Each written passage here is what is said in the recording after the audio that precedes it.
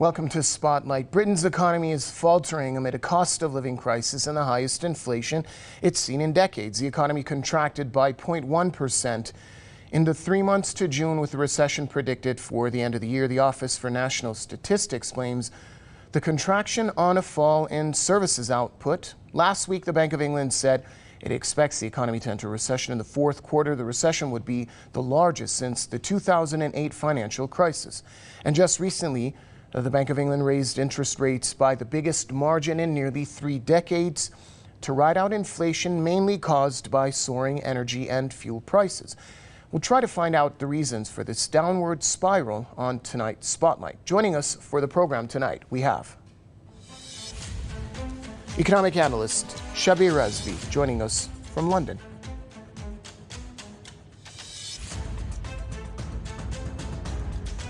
And we also have Mahmoud Refaat, president of the European Institute for International Law, who's with us from Stockholm. Gentlemen, welcome to the program. Let's start off with Mr. Razvi in London, Britain. As we've reported now, on the brink of recession. Official figures show the country's economy contracted in the second quarter of this year. Did this news come as a surprise to you, and what do you see as the underlying causes for this contraction? Hello, good evening. Look, the UK economy obviously at one level has contracted, as you quite rightly pointed out, and in the sort of economic analysis of all economies that say that a second quarter dip in growth will be a recession technically. But as we know, recently in the USA, similar situation happened, and the Reserve Bank, Mr. Biden, and all of them started coming out saying that really it's not a recession. So maybe the language will also change in UK, whereby the definition of a recession may also come on the agenda. That's one issue on a sort of a theoretical level, if you like. But what's really sort of hurtful and is really paining the mass of the public here is the cost of living crisis, fuel sort of prices going up. Recently, only a few days ago, it was announced that the average fuel cost is likely to be over £4,000 a year. That is almost double what people were paying almost a year ago, and likely to go up again in October, perhaps January in 2023 as well. So there are a whole host of issues that are going on and are having an impact on the economy. People's wages and salaries have not increased at all over the last 12 years since the Tory government has been in power. An interesting point to note is that only 11 years ago, this month, actually perhaps on 11th of August 2011, we had riots in UK. London, Birmingham, Manchester, all the major cities experienced huge riots. So I don't know if people are pushed in such a direction whereby in winter, when they will have no choice whether to heat their homes or to sort of forego food that they need to buy. So that may push people to take to the streets and have demonstrations. So it's quite and I'm not trying to portray it as a dramatic situation that may happen, but the reality is that public servants, whether they're doctors, nurses, only today I was talking to one of the doctors, and he said that effectively his own salary hasn't increased because the 2-3% increases that they have been receiving over the last 10 years, but inflation has eaten away all of it, and in fact in real terms their income has gone down. So that's a medical profession. So if you look at others who are on salaries of 25, 30, 35,000 pounds, your nurses, your policemen, your firefighters, and all the other public servants who don't earn huge amounts of income, they will see a huge drop in their income due to inflation. And inflation is really being fueled by energy cost, with increase in the mortgage payments. people have personal loans or credit cards. The interest being charged on that is around 30-40%. And people don't have enough income, so they're tending to rely on credit cards and other expensive methods of borrowing money, which Sure. just to pay their bills. All right, let's bring in Mr. Refaat on the discussion as well. Mr. Refaat, how much of this that we're seeing right now in the UK is due to the consequences of the Ukraine war? Many blame the UK's economic woes primarily on the situation in Ukraine. Do you see it in that light as well? Yes, for sure, the Ukraine war. But let me say, or treat this topic from another dimension. In my opinion, the Ukraine war impacted UK on double edges, not only as the war. Well, yes, the war as war and the atmosphere of war, for sure, that to increase prices, especially to exploit inflation, to make lots of economic or to increase lots of economic negative points. But what happened with UK in particular, somehow we see it in the rest of Europe, but in particular in UK, what we find double edge. The inside UK, because UK seized lots of capitals and lots of assets of people without any legal base, basically. It's just administrative decisions. Lots of Russian businessmen, lots of Russian people, their assets and their properties were taken or seized at least and put under seizure by administrative decisions from British authorities.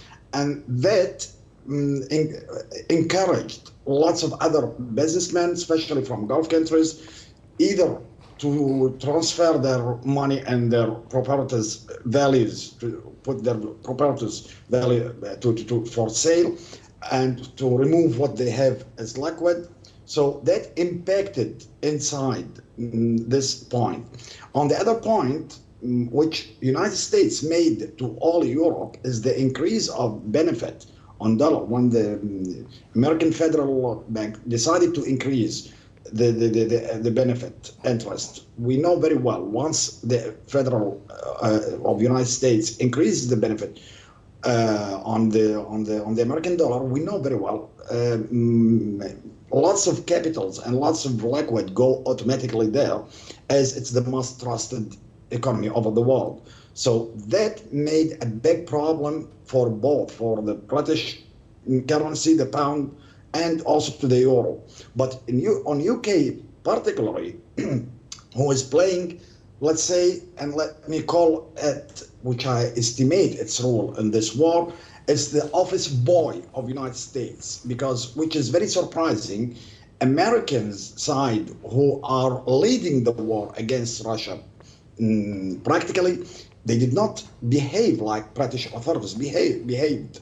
They did not put any seizure on properties by administrative decisions like British made. They did not follow Russian businessmen everywhere like British made, which is very surprising. That's why they are playing, or they are taking this war on behalf of American side, but on their own edge. That which impacted UK and that which caused directly the price increase which UK has been witnessing for the last 4 or 5 months, which prices increased dramatically in all essential goods and services. The inflation, the employment percentage got increased. Also, all that because of Ukraine war, principally, yes, but because the United States of America pushed things to that more and more and did not consider the interest of its allies when they increased the benefit for the federal bank. Back to London with Mr. Razvi. We're going to use the B word here. Brexit. Is Britain still seeing the ripple effects of leaving the Union? And is there still more to come from that divorce? Well, look, some people would say that Brexit has been brilliant for UK because some people argue that we are a sovereign state, we can make our own decisions, and all kinds of other posturings that were sold to us at the time of coming out of the European Union. Of course, it has had a dramatic impact. People simply just visiting Europe from UK have to wait in different queues. It takes, instead of sort of just flying through immigration, it takes maybe through 2 hours for them to sort of pass through immigration. Then, of course, documentation on import, export, all these things have to be factored in. But I think what one has got to remember, that Brexit may be one aspect of the challenges and the problems that the British economy is facing. But really, the last 12 years of austerity measures, which have been applied ideologically by this government, Tory government, which has been in power for the last 12 years, they have applied austerity measures in such a manner that effectively the poorer sections of the community have lost out. And we have our own multi-millionaire oligarchs in UK who siphon off money from UK to offshore places, have their companies located in Cayman Island or Belize or Bermuda or wherever. So all that kind of sort of shenanigans that are sort of used by the rich and wealthy in UK also has an impact. And of course, just to sort of comment on what our colleague was talking about, the Ukraine impact, if you like, quite often Iran is often blamed by forces that are against Iran, saying that Iran is not spending its money on its own people and is supporting, activities in Syria, in Lebanon, in Yemen, and so on. We, the British government, the European nations, they're spending billions and billions on the war in Ukraine, and it's being sold to us as a fight against a demonic power in Moscow. But that money should be used in our country, if you like, to ease the pressure on ordinary people so that salaries can be increased, so that more employment can be created in UK. But the reality is that we have taken this option of supporting the war in Ukraine and not really looking after our own people in the United Kingdom and in the European. And this will have a far-reaching impact, because cost of war can be seen in the short and medium term, but also in the long term, it has a huge impact, and that we haven't sort of seen as yet. The other point is that the austerity measures were one thing. The second was, of course, the corona casualty caused commercial crash in the UK and all over the world. For the last 2 years, before the economies started opening up, we had lockdowns. That had an impact. So all things are not really converging at this moment to benefit the UK economy. Mr. Refaat, how does this data play into the Conservative leadership's contest? Sorry, would you say that again, please? How does this data regarding the contraction of the UK government play into the Conservative leadership's ongoing contest right now? Well, I think it's playing a role in not only on the Conservative leadership, but on all the UK politician scene, in my opinion, and that we could see it in the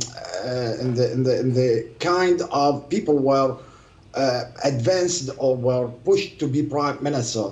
We will find lots of them, the political party pushed majority of them are basically principally used to be businessmen or businesswomen. I mean, coming from the world of business, not coming from the real political school as it's the habit for long decades now, or coming from strategic backgrounds, military or political, as we are getting used to since more than 5-6 decades.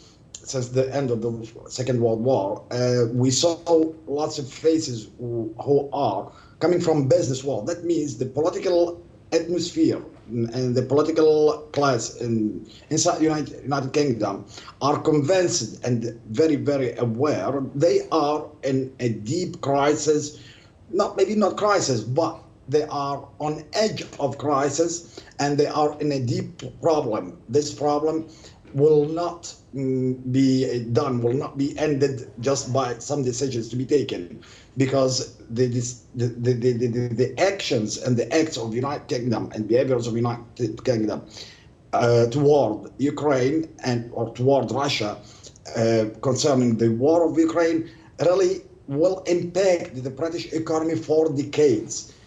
These Russian businessmen who had millions in UK, not only millions, but billions, who are employing people, who have lots of properties they pay taxes on, and they pay taxes on their capitals, and they pay taxes on their interest, etc.